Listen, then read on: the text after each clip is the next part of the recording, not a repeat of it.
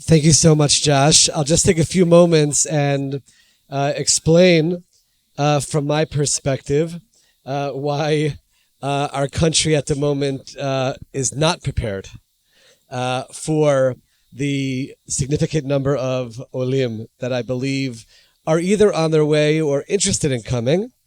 And when they begin the process of exploring it, don't always meet the services that they need in order to come.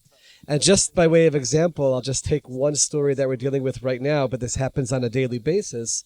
And that is a family that is passionate about coming to Israel. They've dreamt about making Aliyah, and they have a child with special needs.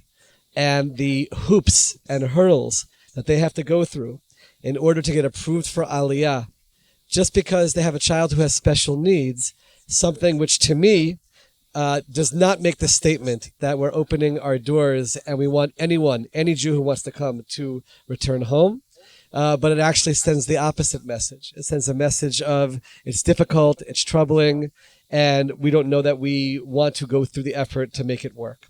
Our organization started 3 years ago, and it really developed on the heels of COVID, where all of a sudden there was this outpouring of requests for help from Olim, who found that their family members were not able to come into Israel. They didn't have the Ishurim because of COVID.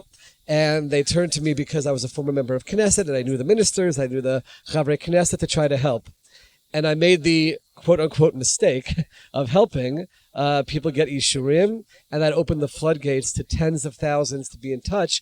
That led to Yad Olim, where we thought will be available to help Olim on some level through bureaucratic issues. Never could we have imagined that in 3 years, over 35,000 Olim families from 40 different countries would be in touch asking for help, because they needed somebody to literally hold their hand through the process.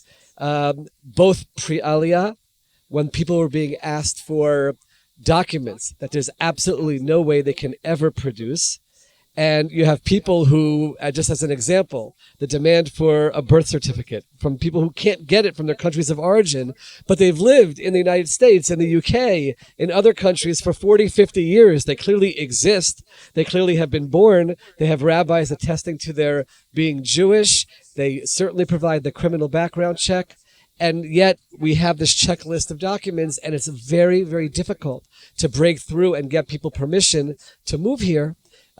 Even though they don't have all the required documents. And then certainly once they get here, navigating the health system, navigating the education system, navigating things related to taxes. And we have to remember that when we talk about Olim, we're not just talking about Olim that come from North America. There's tens of thousands of Olim every single year who need help in their native languages. By the way, that especially applies to Olim from the former Soviet Union, who are coming in the highest of numbers. And we in Yad Olim have 2 dedicated staff members who speak Russian, and morning, afternoon, night being asked for help, trying to understand how to navigate the bureaucratic process here as well. So aside from absorption services, we also have a government relations department where I'm blessed to be able to go to the Knesset regularly and appear in hearings related to Aliyah, related to Olim. We actually have our own legislative agenda where we try to get the Knesset Aliyah Committee. We work with Oded Forer very closely to hold hearings about specific topics. A lot of that comes from the Shetach. Just as an example, all of a sudden one day, many months ago, we started hearing from Olim who said, we can't get our driver's license. Now remember, the law is you must get an Israeli driver's license within 1 year of your Aliyah, or you're not allowed to drive. And why couldn't they get their driver's license? Because someone in the Ministry of Transportation decided that you have to have an apostille on your driver's license from overseas in order to get your Israeli driver's license. You know what the problem with that is? First and foremost, let's just go to the United States. In I think 46 out of 50 states, you can't get an apostille on your driver's license. Number 2, people who are living here, to get an apostille on any document, you have to go back to your country. So we're saying to people, thank you for making Aliyah. Please go back to your country of origin and get an apostille on your driver's license. And we brought this to the attention of the Knesset Aliyah Committee and to the Chavrei Knesset, and through a series of hearings, including one where we brought Olim via Zoom to tell their stories, which led Oded Forer to go into a complete fury over the situation of what are we doing? He actually said, this was his language, he said, we finally had a system that was working, so we had to develop a policy to break it. And that's what we did, right? It was working to get your driver's license, and now we broke it. Okay, so we were Yotze, now we have a system that's broken. And thank God we were able to get that policy changed, and always on the lookout to see, are there policies which need to be changed to help people get here? So that's a very, very long way of saying, are we prepared as a government and as a country for huge numbers of Olim on a Emunah level, as a country that runs on miracles? And as a former Chavrei Knesset, I can attest to the fact that the country runs on miracles. The answer is, on a Emunah level, I assume yes, but on a practical level, the answer is no. The answer is no. When people ask me, what's your dream with Yad L'Olim, my answer is that we don't exist. Why do we have to exist?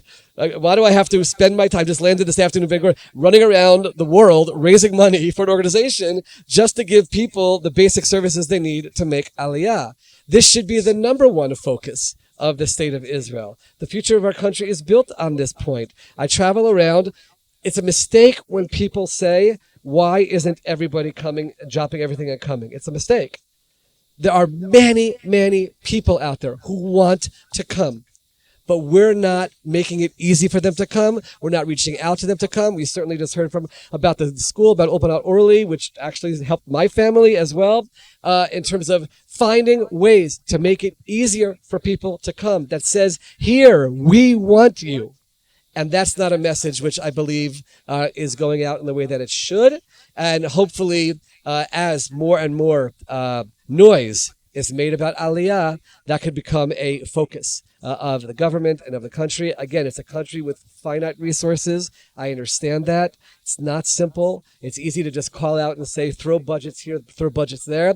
But I'm not really talking about the financial side as much as I'm talking about the bureaucratic side, and finding ways to break down the hurdles and the obstacles so that people can come more easily. If anybody has any questions, I'll be happy to answer. But that's the message that I want to come with today.